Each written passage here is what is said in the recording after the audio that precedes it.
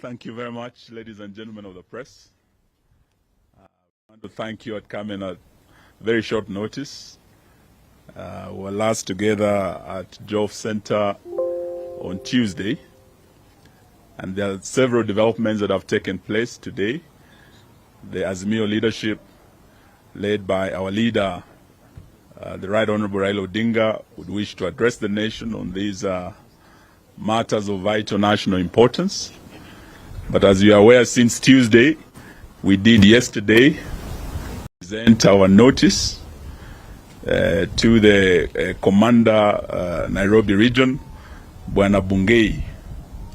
We were there with the Honorable Oparanya, the Honorable Kioni, and the Honorable Wajakoya.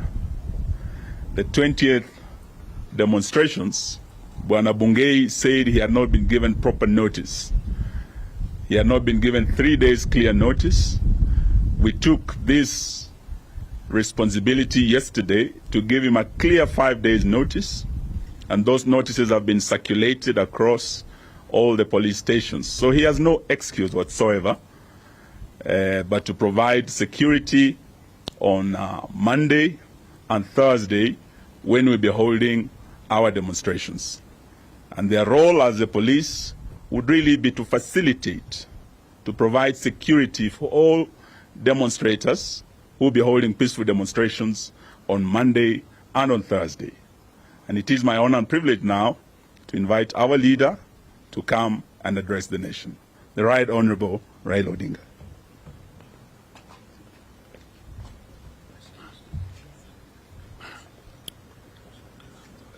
Ladies and gentlemen of the press, we have a statement which I'm going to read. Fellow Kenyans, several important developments have taken place since we last addressed the nation 2 days ago. First, a section of the clergy has called on Azimio la Umoja to call off protests and instead engage in talks with Mr. William Ruto.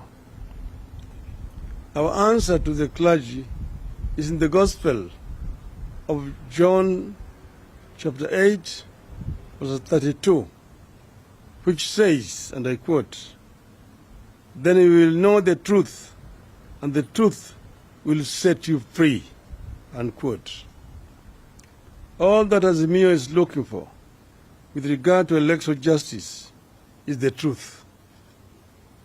The truth includes the opening of the servers for a forensic audit of the election results, tangible actions by the regime to lower the cost of living, restoring the subsidies on fuel, electricity, education, and food, stopping the unilateral reconstitution of the IEBC, reinstating the 4 IEBC commissioners, ending the tribalization of the public service appointments, and cancelling the appointments of 51 CAS or CASs that has no constitutional basis.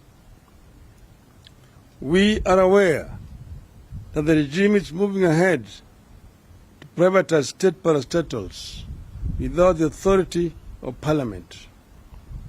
We call on our members of parliament to stand firmly against this illegality, to give away crucial national assets without public oversight.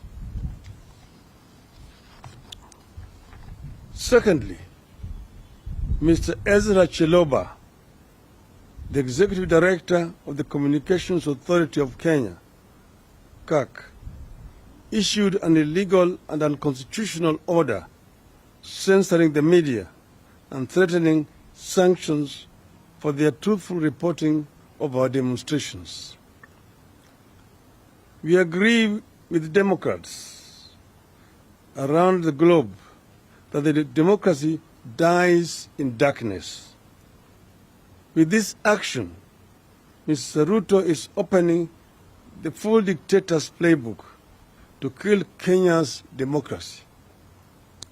We in Azimio will not and cannot allow Ruto to take us to the dark days of yesterday. Thirdly, Kenya Kwanza has continued to claim that all we are looking for is a handshake. We emphatically refute these unfounded rumors that we are protesting to improve the lives of Kenyans because we want a handshake. This is an insult to the intelligence of Kenyans. We cannot and we will not participate in handshake with an illegitimate regime. We condemn in the strongest terms possible the illegal arrest of minority leaders, Honorable Pia Wandai and Honorable Justice Stewart Mazayo, alongside fellow MPs, MCAs, and activists who have been charged before a ATPU court in Kahawa law courts with false allegations. This is anti-terrorism court. These patriotic Kenyans who have been arrested have done nothing wrong. We demand that the charges be dropped unconditionally with immediate effect. Further, following consultations with stakeholders, we have agreed to call off our boycott of the Star newspaper. Instead, we have filed a complaint with the Media Council of Kenya on the paper's biases. Finally, we call upon all patriotic Kenyans to come out in large numbers on Monday, 27th March 2023 in Nairobi for the mother of all demonstrations, and to do so peacefully. Dated this 23rd day of March 2023. Great. Now, having done that, I want to add that we have very authentic information that on Tuesday evening, the Mr. Rigathi Gachagua convened a meeting at his residence in Karen. In attendance was Mr. Kamoi Chungwa and also Mr. Ndindi Joro. They had invited several youths from different parts of the country to that meeting. And that meeting turned out to be a strategy session to plan to counter the demonstrators on Monday. The plan, according to information we have,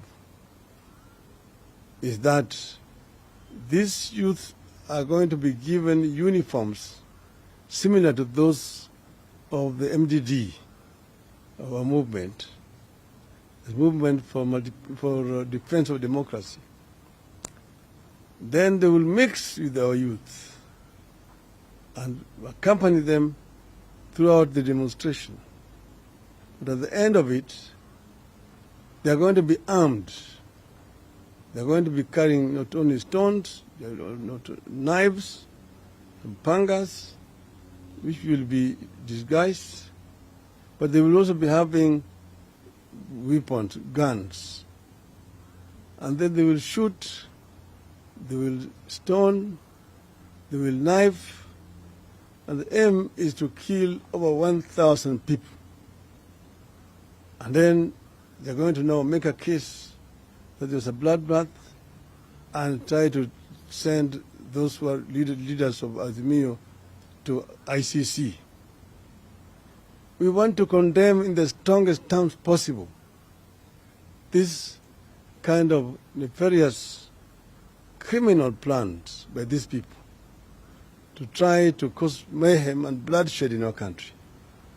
We have said ourselves that we are a peaceful movement. We don't want any bloodshed. And we want to urge Mr. Gachagua and his people that the plans you are trying to make are evil and they will fail. We are peaceful people and we want only peace.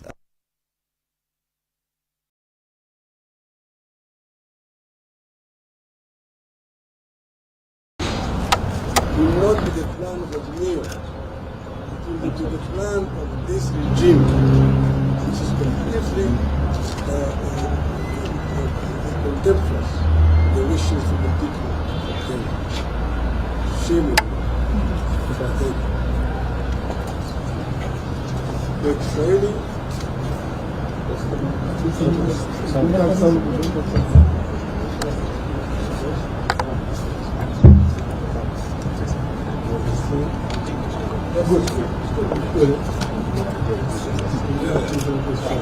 No questions, Prime Minister? I just